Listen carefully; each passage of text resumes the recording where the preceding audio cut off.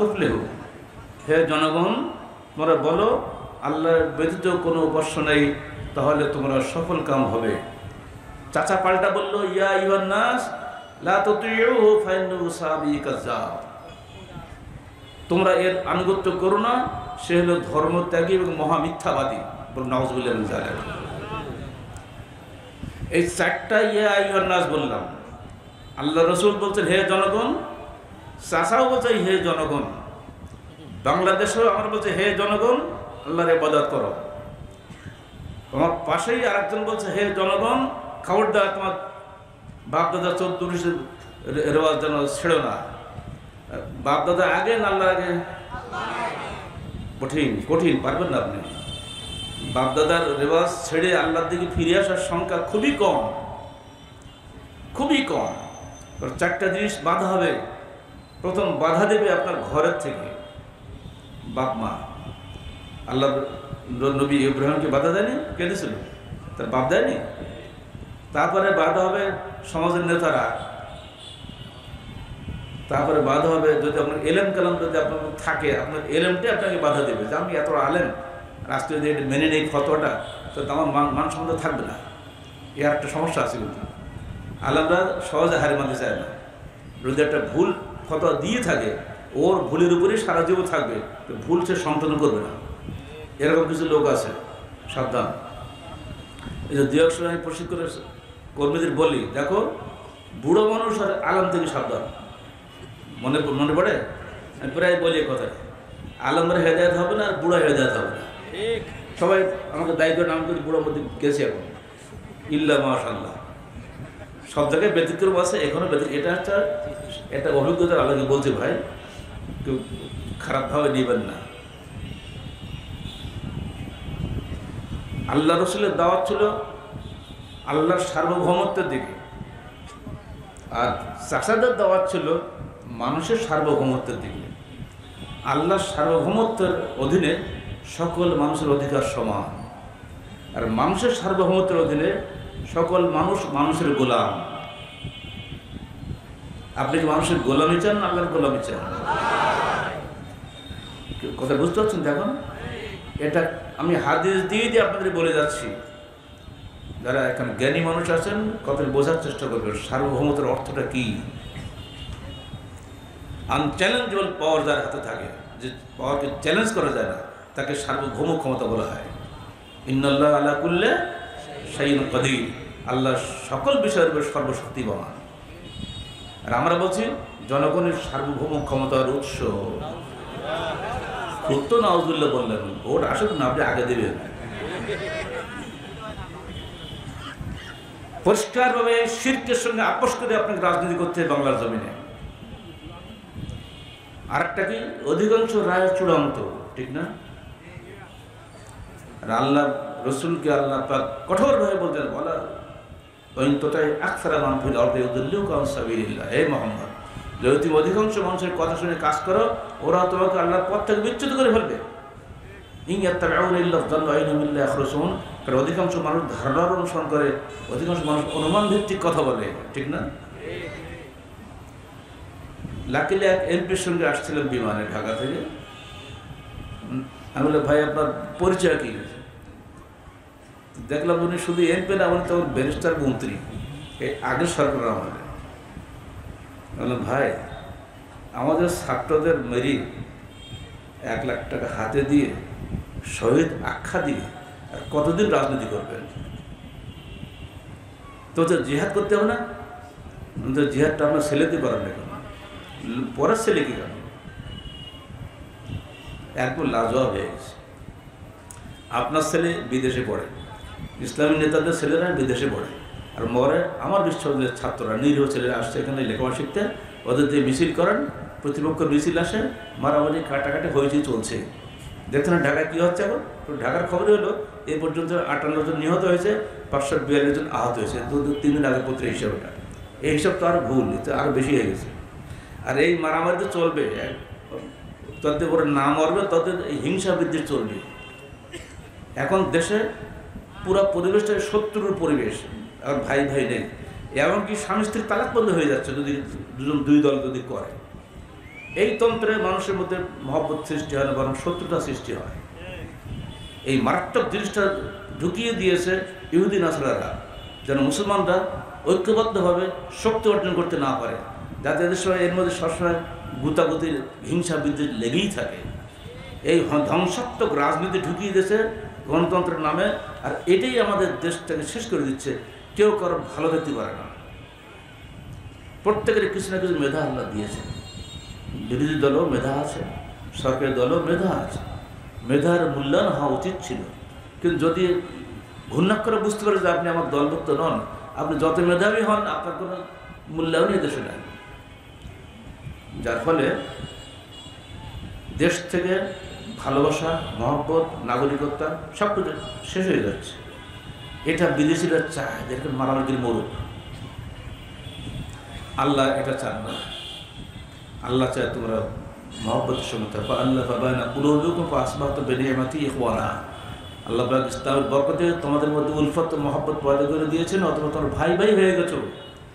আমরা চাই ভাই ভাই হতে, সবাই আমরা ভাই ভাই বসবাস করি। যিনি যেদিকে যা করছেন তার ভুলটা ধরিয়ে দিই, কিন্তু মহব্বত থাকবে আমাদের মধ্যে, মহব্বত যেন নষ্ট না হয়। এইটা আমাদের কর্মীদেরকেও আমি অনুরোধ করব, তোমরা পরস্পরের মহব্বত বজায় রেখো। যদি কারোর মধ্যে কোনো রকম কারণে দূরত্ব সৃষ্টি হয়, দ্রুত বন্ধ করো, ফাটল যেন বৃদ্ধি না পায়। মহব্বত সৃষ্টি করাটাই মুসলমানদের সবচেয়ে বড় কাজ। যদি মহব্বত থাকে তাহলে ঐক্য থাকবে, অগ্রগতি থাকবে। আর মহব্বত না থাকলে ঐক্য থাকবে না, অগ্রগতিও থাকবে না।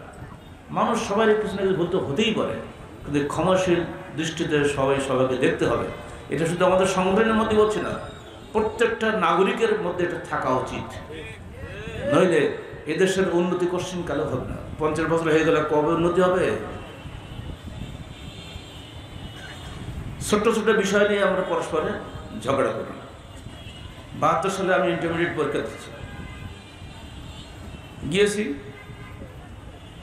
আমি জানি না কোন ফেব্রুয়ারি, এটা বলছে আজকে 21 ফেব্রুয়ারি পাক হলেন, যুদ্ধ করলেন। মানে বারে জীবনে তো যুদ্ধ খুলে আসলে এরা এত আসলেন, বাসতে নেমেই বলছে যুদ্ধ খেলেন। ইয়ে কোন সমস্যা? কেন ভাই যুদ্ধ করতে যাবে কেন? আপনি জানেন না 21 ফেব্রুয়ারিতে কী হয়েছে? তুই সকালে পায়খানা করেন বেটা? কোথায় পায়খানা করলেন? মায়ের বুকে পায়খানা করা গেল, যুদ্ধ পথে হাঁটা যাবে না? ও কি মা ওটা? ও থা হয়ে গেল। এরকম উত্তর দিয়ে পাবে, কল্পনাই করে। ওর বাবার ওষুধ দোকান হলো কলেজের পাশে। চল তো বাবার দোকানে যাবো। নিয়ে গেলাম, দেখি বাবার দিব্য যুদ্ধ বাদে বসে আছে। মানে কি চাষা আপনি পা জুতে কেন? আজকে 21 ফেব্রুয়ারি না? তো তাই তো তা কী হয়েছে? যুদ্ধ খোলেন, আমরা ছেলে আমাকে বলতে যুদ্ধ বলতে হবে। তো পাগল কথা বাদ দিলাম। চিন্তা করতে পারেন? আমি বললাম আমি এত সারাদিন এই কলেজের ক্যাম্পাস থাকবো, তুইও পা জুতো বলতে আগে দেখতে পারিস না, আর আসেন। প্রশ্ন দিয়েছে, আমি পলিটিক্যাল সায়েন্স ছিল আমার ইন্টারমিডিয়েটে। পলিটিক্যাল সায়েন্স আর ইকোনমিক্স আমার প্রিয় সাবজেক্ট। আমি আরবির লোক, দুটো আরবি নীতি পারতাম, নেই নেবো, তা জানি কী পড়বো। তাই পলিটিক্যাল সায়েন্স নিলাম আর ইকোনমিক্স নিলাম। প্রশ্ন দিয়েছে, বাংলাদেশ বানাইছে বাংলার জন্য তো। প্রশ্ন করেছে ইংরেজিতে, is Bangladesh over populated, give your opinion. আরে বারে, এ কি বাংলাদেশ? প্রশ্ন ইংরেজি কেন? বাংলাদেশ কি ওভার জনসংখ্যাধিক্য দেশ? তুমি তো ওর মতামত প্রদান করো। আমি হাদিস কোরআন দিয়ে আচ্ছা আমি দিয়ে দিলাম যে বাংলাদেশ কখনোই জনসংখ্যাধিক্য দেশ নয়। আল্লাহ বলছেন ইন্না খালাকনা কুল্লা শাইইন বিকদর, আমরা প্রত্যেকটা জিনিস পরিমাণ মতো সৃষ্টি করি। দেশে কতজন নারীর জন্ম দিতে হবে, কতজন পুরুষের জন্ম দিতে হবে, এটা কি সরকার বলে দেয়? কিন্তু আদর্শ করে দেখেন, ঠিকই নারী পুরুষ কাছাকাছি আসলে সবসময়। এটা আল্লাহর বাজেট, এটা আপনার বাজেট না। আল্লাহ কাউকে ছেলে দিবে, কাউকে জনসন্তান দেবে, কাউকে মোটেই দেবে না, কাউকে একসঙ্গে 4টি দেবে। এটা তারই ইচ্ছা, এখানে আপনি হাত দিতে যাবেন না। এই মালথুসিয়ান থিওরির বিরুদ্ধে আমি দিয়েছি, যতটুকু আমি জানি। তখন তো ছোটো ছিলাম, তো এত বড় আলেম তো তখন হয়নি। আমার খাতা ক্যান্সেল, আমি ফেল। টেস্ট পরীক্ষা ফেল হলে ফাইনাল পরীক্ষা এলো হয়। সমস্ত শিক্ষকের ধারে আমাদের কলেজের সবচেয়ে ভালো ছেলে ফেল করলে তাদের খাতা তলব করে দেন, খাতা কি লিখছে, প্রিন্সিপাল সাহেব খাতা তলব করেছে। তারপরে ওই টিচারকেও ডাকাইছে, তার বাড়ি বাগেরহাট, আর আমাকেও ডাকাইছে। প্রিন্সিপাল সাহেব বলছে, কি প্রফেসর সাহেব আপনি ছেলেটাকে একেবারে জিরো করে দিলেন, কারণটা কি অপরাধ করেছে? তো বললো, আমি যা চেয়েছি তা উত্তর না দিয়ে উল্টো পাল্টা উত্তর দিয়েছে।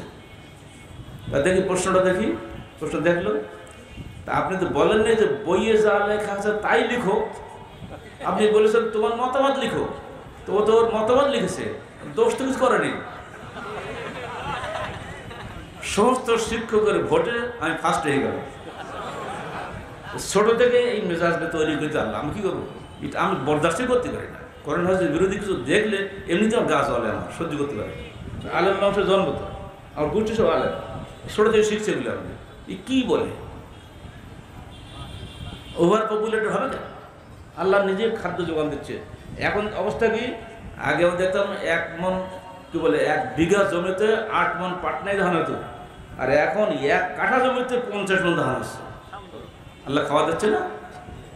লোক তো কত বেশি, 72 সালে লোক ছিল 7.5 কোটি, এখন হচ্ছে 17.5 কোটি। খাবার তো কোনো অভাব নেই, বরং আর এত খাওয়া খাচ্ছে যে আগের চাইতে আরো মানুষ বেশি খাচ্ছে, বেশি খাচ্ছে না, কোনো অভাব নেই। আগে বলতে জানো, খবরদার সন্তান নিও না, দুটো বেশি না হয়, একটা হলে আরো ভালো হয়। আরে এখন ছেলে যতই হোক না কেন বড় বরকত। আমার ছেলে বলে কি জানেন, যে আমরা 3 ভাই কেন, আর 2-5টা ভাই বেশি হওয়ার দরকার ছিল, সংগঠনের এত কাজ একা সামালতে পারছি না। কথা হচ্ছে আল্লাহর বিধান অমান্য করলে মানুষ যে নিজে ক্ষতিগ্রস্ত হবে। আধুনিক চীন এবং ফ্রান্স তার জাজ্জলিমান প্রমাণ। চীন 30 কোটি ভ্রূণ হত্যা করেছে, এখন তারা উল্টা মহিলাদের বলছে আপনারা সন্তান বেশি বেশি জন্ম দেন, যদি কেউ 2টো সন্তান জন্ম দেন তাহলে সরকারের পক্ষে তো পুরোটা ফ্রি। ভারতও পুরস্কার শুরু করে দিয়েছে, ঘোষণা দিয়ে দিয়েছে, আপনারা যদি সন্তান জন্ম বেশি দেন তাহলে আপনাদের সব ফ্রি। জার্মানি একই অবস্থা শুরু করে দিয়েছে, মানে আন্তর্জাতিক বিশ্বে বুড়ার সংখ্যা বেশি হয়েছে, তরুণ যুবকদের সংখ্যা কমে যাচ্ছে। এখন শিল্প কারখানায় কর্মচারী পাচ্ছে না, পুলিশগিরি করবে কিনা? বুড়া ভুড়িয়ালা মানুষকে পুলিশ হতে পারে? তো ইয়ং ছেলে দরকার, তো ইয়ং মানুষই তো নাই, সাথে বুড়া 80 বছর 70 বছর বয়স, ওরা কি করবে? এটা সমাজের বোঝা না।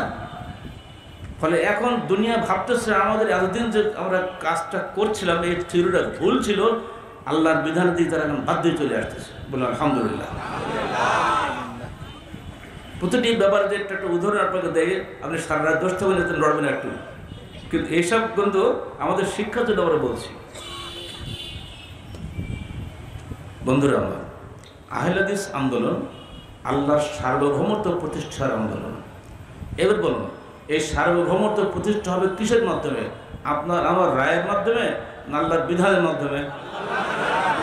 আল্লাহর বিধান কোথায় পাবেন? কোরআন হাদিসে।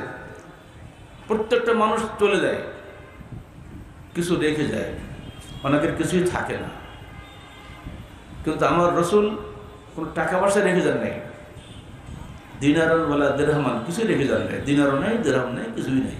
কি রেখে গেছেন? এলম রেখে গেছেন। এলমটা কি? কোরআন হাদিস। যারা আমাদের সিরাত রসুল পড়েছেন তারা জানেন, সেখানে আমরা লিখে দিয়েছি 2টি জীবন্ত মুজিজা। এই না ভাষাটা? 2টি জীবন্ত মুজিজা। কোরআনের একটা হরফ আজ পর্যন্ত পৃথিবীর কোনো বিজ্ঞানী, কোনো জ্ঞানী মনীষী মিথ্যা প্রমাণ করতে পারে নাই।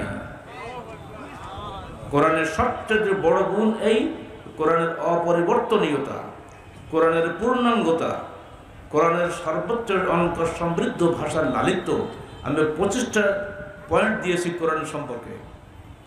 কাফেররা যখনই কোরআন পড়তে গিয়েছে তখন পাগল হয়ে গেছে, এ কি লাইসা হাযা কালামুল বাশার, এটা কখনো মানুষের কালাম নয়। আল্লাহ রসুল তাহাজ্জুদ সালাত পড়ছেন, আর সেখানে উনি কোরআন পড়ছেন তাহাজ্জুদে। সবচেয়ে বড় দুশমন কে ছিল? আবু জেহেল, আবু সুফিয়ান, আখতাসের সাথে। তারা রাত্রের বেলায় যে ওনার কামরার পাশে কান দিয়ে সে কোরআন শুনতো, অন্ধকারে অন্ধকারে, কেউ দেখতে পাইত না। একদিন আখনাস বিন সরাইক, বুড়ো মানুষ, হাতে লাঠি, উনি টের পেয়েছে, সোজা চলে গেছে আবু সুফিয়ানের বাড়ি। কি আবু সুফিয়ান, কেমন শুনলে? এটা কি লড়াই তো করছো ওর বিরুদ্ধে, আসলে এটা কি শুনলে? বলছে চাচা, যা শুনলাম এটা মোহাম্মদের কালাম না, এটা আল্লাহর কালাম। তুমি মানো না কেন? মানতে পারবো না, মানলে তো মোহাম্মদ নেতা হয়ে যাবে।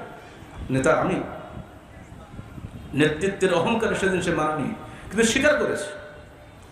চলে গেল আবু জাহেল। এবার আবু জাহেল পালি কোরআন শোনা, আমি আজকে ধরে ফেলেছি।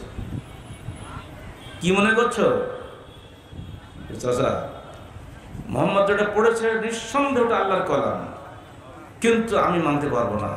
কেন তো জানো?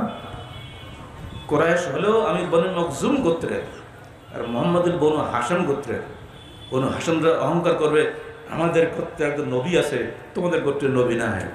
এই গায়ে আমি সহ্য করতে পারবো না। যদি উনি আমাদের গোত্র হতেন, আমি ওনাকে নবী বলে মেনে নিতাম। দুটা উত্তরে দুটো জিনিস পাওয়া গেল না। একটা মানুষ গোত্রের অহংকারের কারণে সত্যকে মানে স্বীকার করেও মানতে পারল না, আর একজন নেতৃত্ব হারাবার ভয়ে মানতে পারল না। সারাটা জীবন আল্লাহ রাসূলের বিরুদ্ধে যত যুদ্ধ বিগ্রহ হয়েছে সব এই নেতাদের মাধ্যমে হয়েছে। আবু সুফিয়ান সব জায়গায় নেতৃত্ব দিয়েছে। দেখা গেল আজকেও সত্য জেনেও বহু লোক আহলে হাদিস হবে না। এতে মন খারাপ করা যাবে না। আল্লাহ রসুলকে মানানি, তার নিজের লোকেরা আমাদেরকে লোকেরা মানবে না। যে কোনো মূল্যে হককে আঁকড়িয়ে থাকতেই হবে, এটাই আমাদের প্রতিজ্ঞা। এর বাইরে যাওয়া চলবে না। সার্বভৌম ক্ষমতার উৎস তুতিল মুলকা মান তাশা ওয়া তানজিলুল মুলকা মিম্মান তাশা ওয়া তু'ইজ্জু মান তাশা ওয়া তুযিল্লু মান তাশা বিয়াদিকাল খায়র। তুমি বলো আল্লাহ তুমি হলে রাজাধিরাজ, তুমি যাকে খুশি তাকে রাজত্ব ক্ষমতা দান করে থাকো, যার কাছ থেকে খুশি তুমি ছিনিয়ে নাও। তুমি যাকে খুশি ইজ্জত দিয়ে থাকো, যাকে খুশি বেইজ্জত করো, তোমার পবিত্র হাতে কল্যাণ হাত দ্বারা। এই পরিষ্কার আমাদের সামনে ঘটেনি। শেখ সাহেব মারা যাবেন সপরিবারে কেউ কল্পনা করেছিল? 99.9 ভোট পাওয়া যে মানুষটা বাংলাদেশে এত দ্বিতীয় ভোট পাওয়ার লোকই কেউ জন্মগ্রহণ করেনি।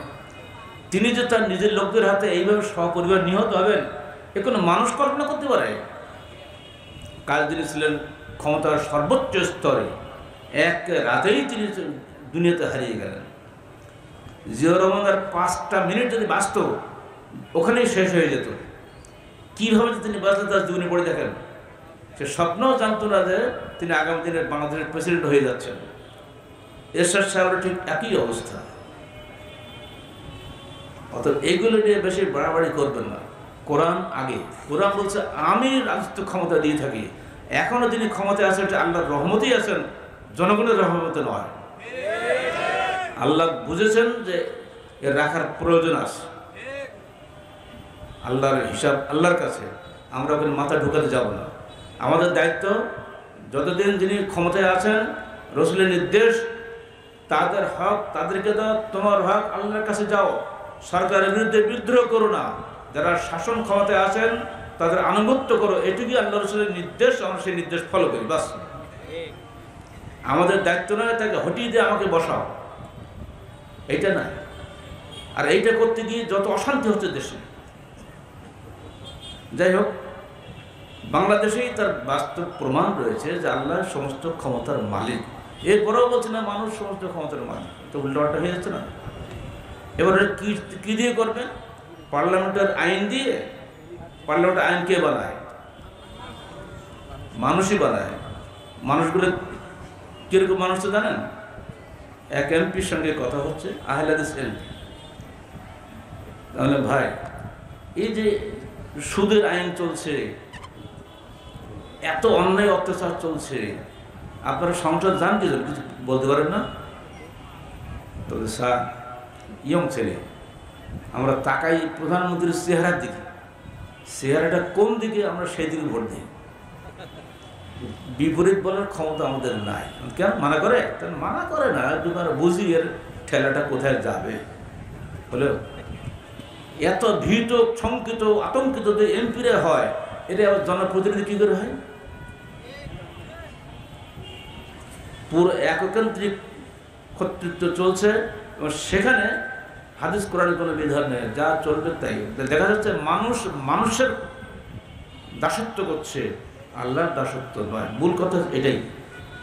এখানে আহলে হাদিস আন্দোলন বাংলাদেশের বক্তব্য হলে যথার্থহীন বক্তব্যে পবিত্র কোরআন এবং সহিহ হাদিসে যেটা আছে এটাই মেনে আমাকে চলতে হবে।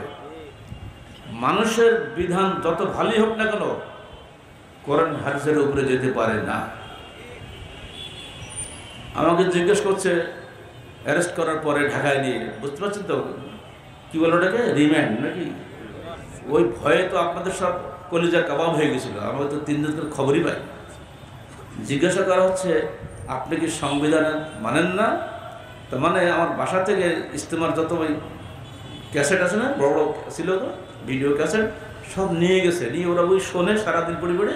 আর যেখানে একটা ভুল পায় ওই ভুলটা আমাকে একটু জিজ্ঞাসা করে। এই কাজ এই রিমান্ড হলে এইটাই। তো শুনে গেলে এই যে স্যার আপনি বললেন 2002 সালে ইজতেমায় এনাকে আমি বলেছিলাম, শুনলাম পবিত্র কোরআন ও সহিহ হাদিসের বিপরীত কারোর কোনো আমরা কথা মানি না, এমনকি সংবিধান হলেও কথাটা দিয়ে আমাকে প্রমাণ করলেও আপনি সংবিধান মানেন না। বলেন কি ঠেলাটা কি? আমি জবাব দিলাম অবশ্যই আমি সংবিধান মানি, এমন সংবিধান মানি 1400 বছরে একদিনে পরিবর্তন হয়নি। আর আপনাদের সংবিধান এই কয়েক বছরে 14 বার পরিবর্তন হয়ে গেছে, একদম লাজবাব। তো স্যার তাহলে কেমন হলো, কেমন আপনি মুসলমান না? হ্যাঁ তাই তো। আপনি কোরআন হাদিস মানেন না? অবশ্যই মানে।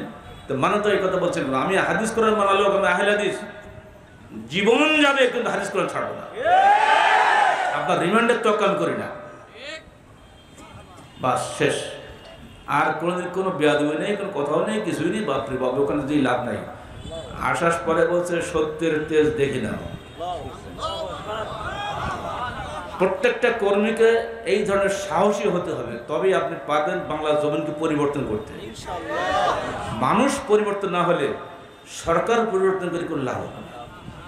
মানুষের আকীদা আমলকে পরিবর্তন করে আনতেই হবে।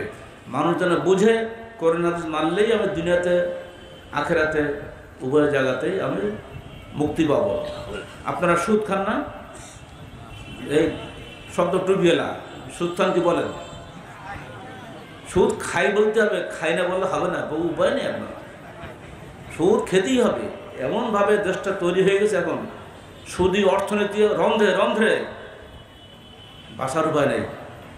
কৃষক একটু ঋণ নেবে রাজশাহী কৃষি ব্যাংক থেকে, তাকেও সুদ দিতে হবে। সুদে এবং ব্যবসায় পার্থক্য কি? সুদে কোনো ঝুঁকি নাই। 100 টাকা দেন, 110 টাকা 10 টাকা লাভ তার ঘরে তো এমনি আসবে, কোনো ঝুঁকি নাই। আর ব্যবসায় লাভ লোকসানের ঝুঁকি আছে না? ঝুঁকিহীন ইনকাম একে বলে সুদ। আর এই সুদটা চালু করেছে ইহুদিরা, আন্তর্জাতিক বিশ্ব চালাচ্ছে ইহুদিরা।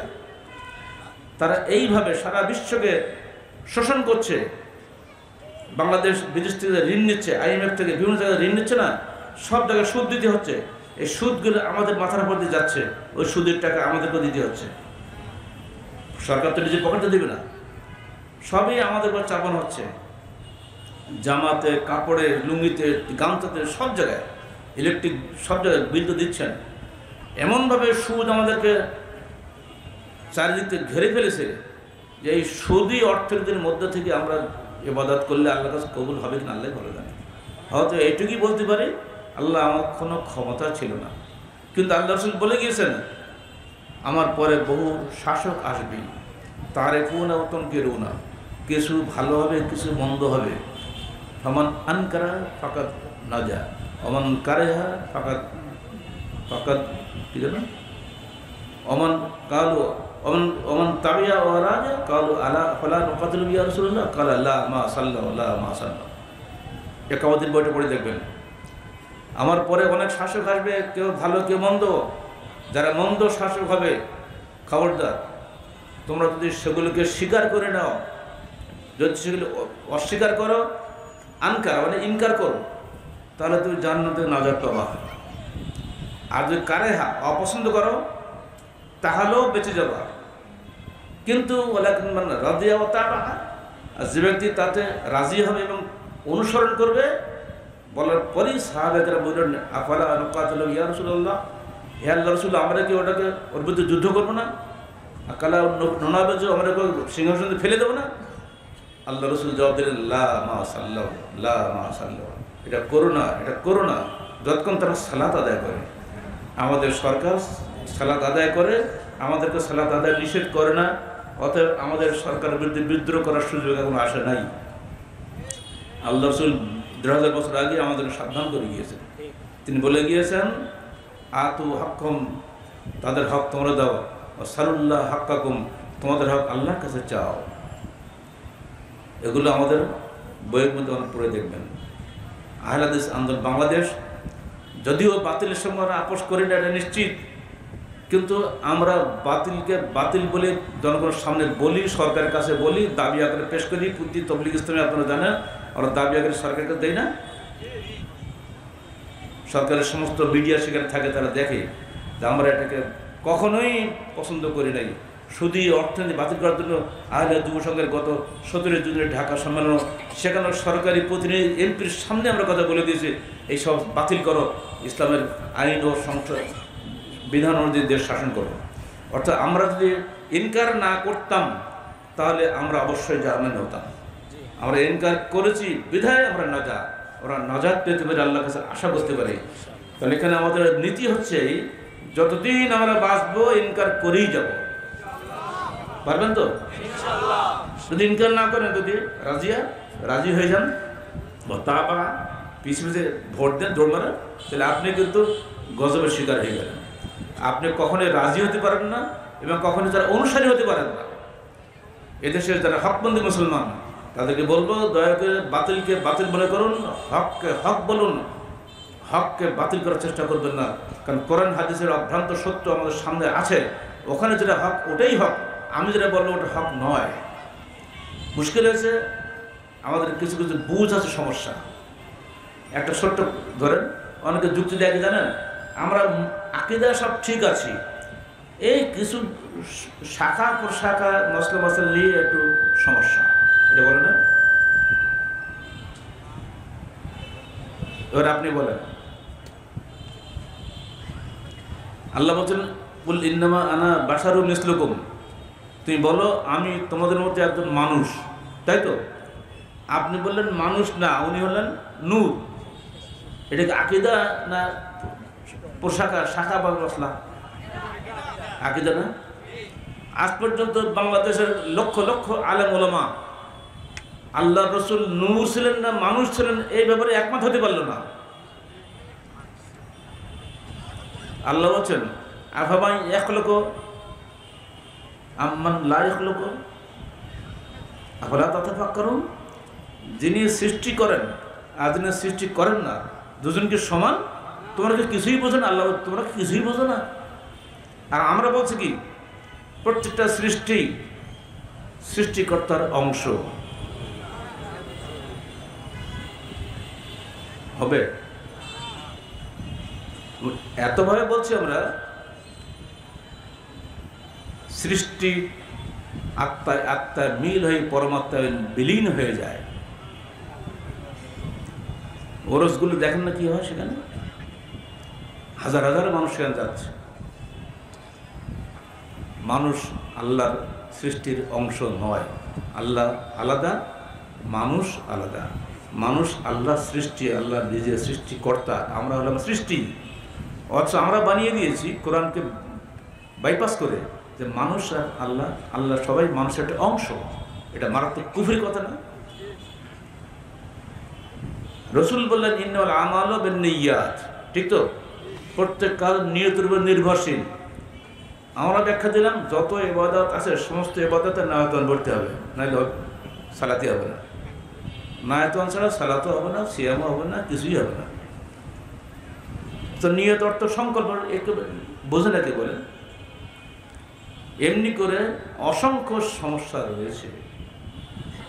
আল্লাহ রসুল বললেন, আল্লাহ পাক বললেন আত-তালাকু মাররাতান, আল্লাহ হুকুম হচ্ছে আকিমুদ্দিন ওয়ালা তাতাফাররাকু ফিহি, তোমরা দিন কায়েম করো, তৌহিদ কায়েম করো, এতে মতভেদ করো না।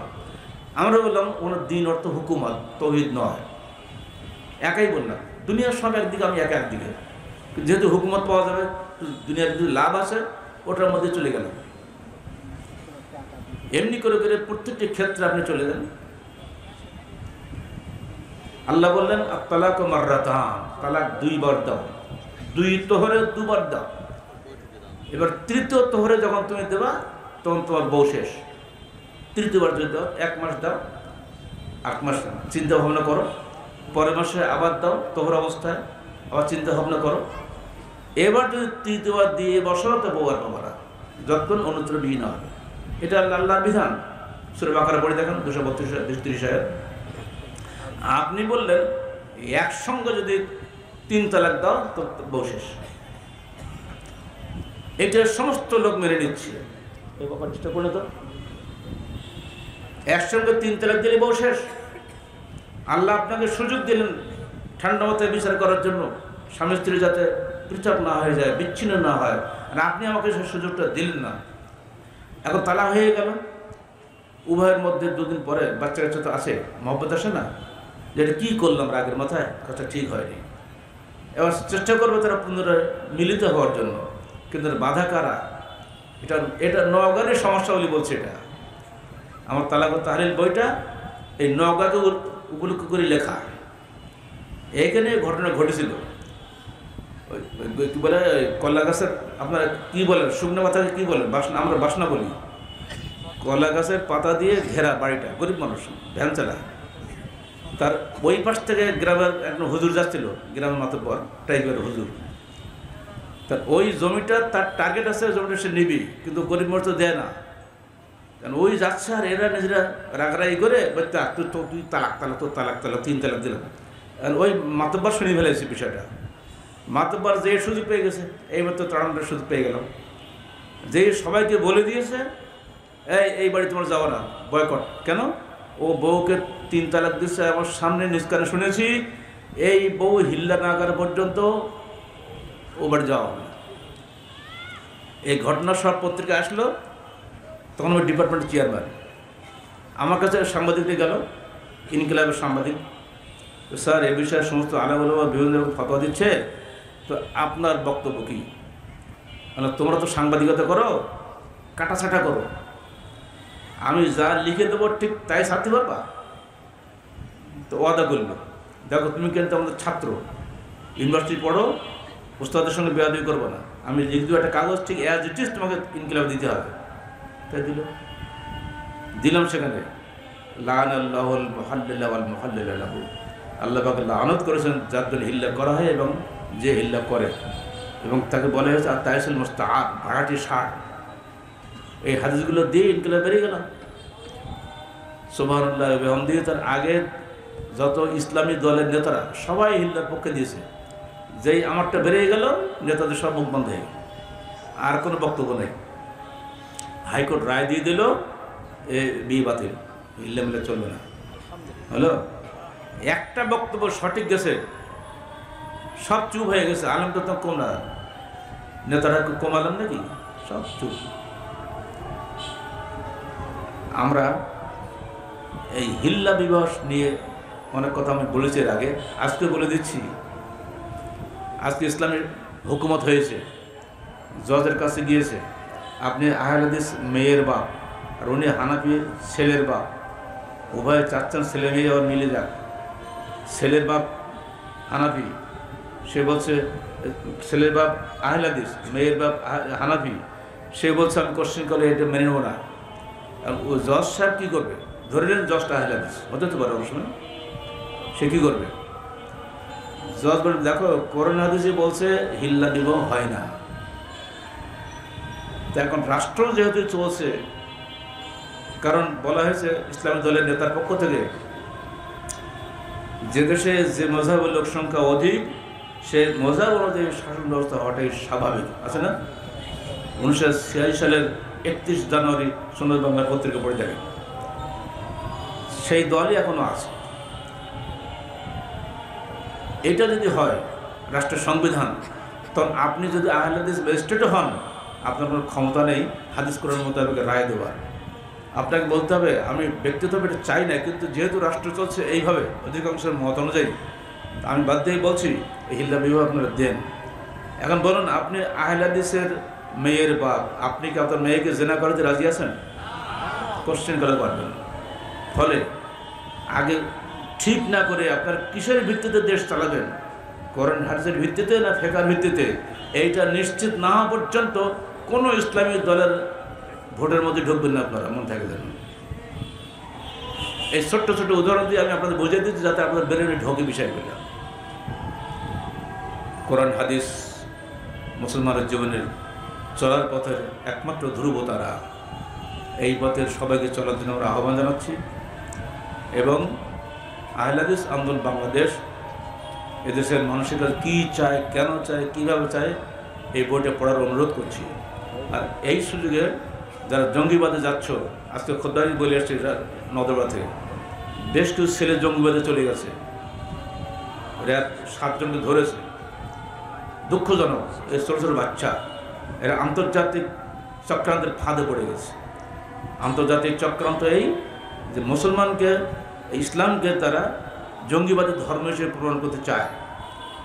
ইসলামোফোবিয়া সারা দুনিয়া রটিয়ে দিচ্ছে। তারা নিজেরা এত মানুষ হত্যা করছে, কোনো দোষ নাই, কিন্তু ইসলামের নামে একটা যে মানুষকে কেউ হত্যা করে সারা দুনিয়া রটিয়ে যাবে, এটা হলো জঙ্গিবাদী ধর্ম। তাদের এই ধোকার মধ্যে পড়ে গেছে ছেলেরা। তরুণদেরকে বলবো, তোরা খবরদার জঙ্গিবাদী কোনো তৎপরতার মধ্যে ঢুকবে না। আহলে হাদিস আন্দোলন বাংলাদেশ শুরু থেকে এর বিরুদ্ধে কথা বলে আসছে, এখনও বলছে, আগামীতে ইনশাআল্লাহ বলে যাবে।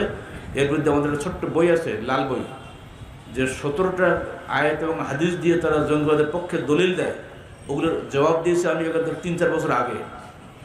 ছোট্ট বইটা সবাই নিয়ে যাও।